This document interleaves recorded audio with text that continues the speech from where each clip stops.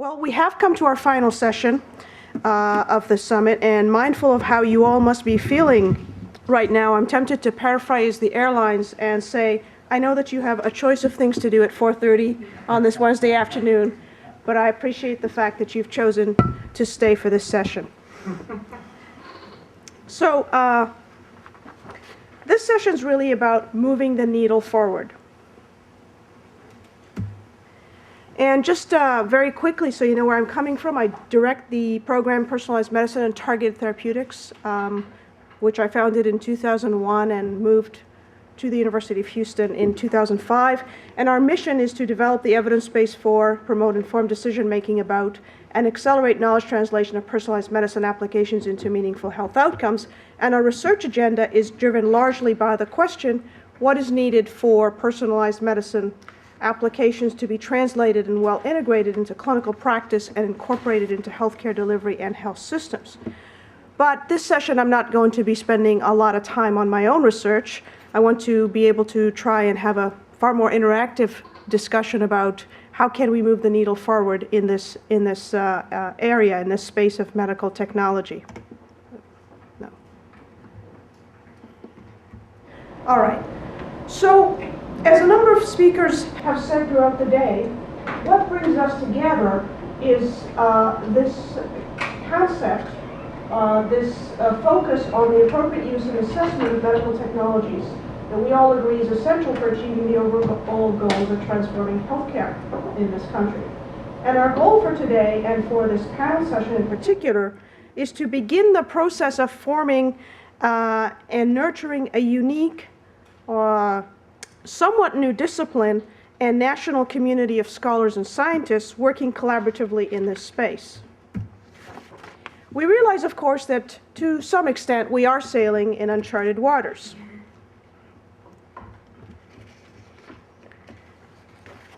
We have four primary objectives this afternoon. The first is identifying and discussing the state of the science, and to a large extent we have started to do that earlier today. We've been doing that all day.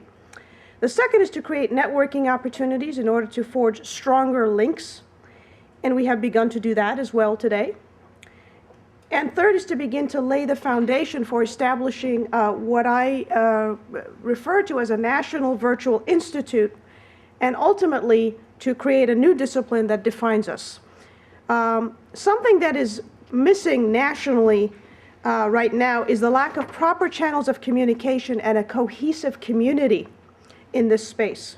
We need an environment in which we can have a national dialogue on medical technologies and socioeconomic and policy research issues.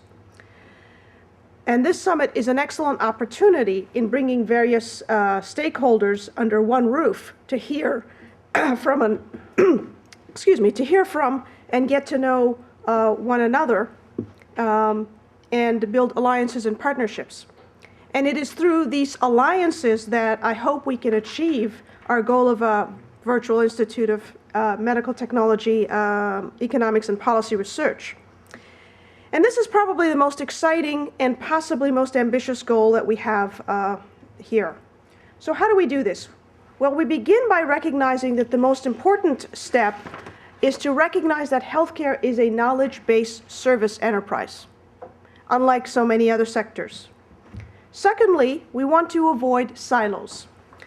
The problem of silos that we have is an interesting phenomenon, and I want to emphasize one particular component of that, and it is simply this, that the same message emanates from different groups of stakeholders, from academics, from device manufacturers and industry, funding agencies and foundations, and healthcare providers, you name it.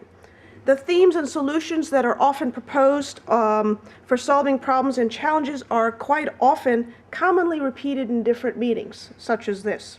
And there are a multitude of individual projects and research programs that are ongoing in this space, but we don't necessarily know what each of us are doing. So this phenomenon, although it's not unique to the medical technology environment, it is one that I think we need to be particularly conscious of as we move forward with our discussion this afternoon and our future collaborative discussions beyond today. So to help us stimulate discussion, we will want to be thinking about a number of possible questions. These are just three of many that I could have put up. How do we create local infrastructure, including pathways for bidirectional feedback? So the idea being not just academics proposing research questions, but also listening to various stakeholders, listening to the medical device manufacturers, and getting feedback going both ways at all stages of the research. What national or regional resources do we need to facilitate local action? Because ultimately, every project is going to happen at a local level.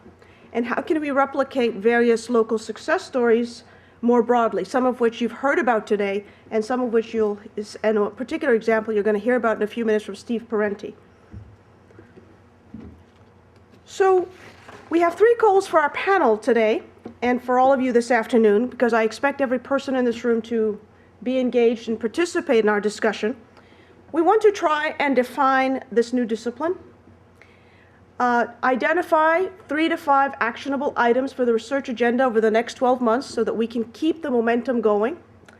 And finally, as a first step in perhaps moving towards this virtual institute that I spoke about, we'd like to engage those of you who are interested in collaborating on a manuscript or a white paper on setting the research agenda for medtech economics and policy research.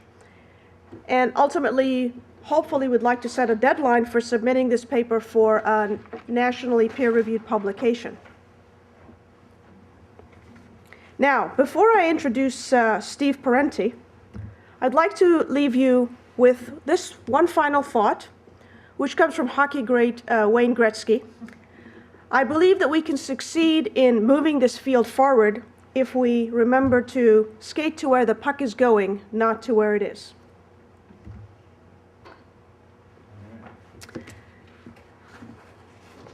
And now I'd like to introduce, thank you for that, and then I would like to introduce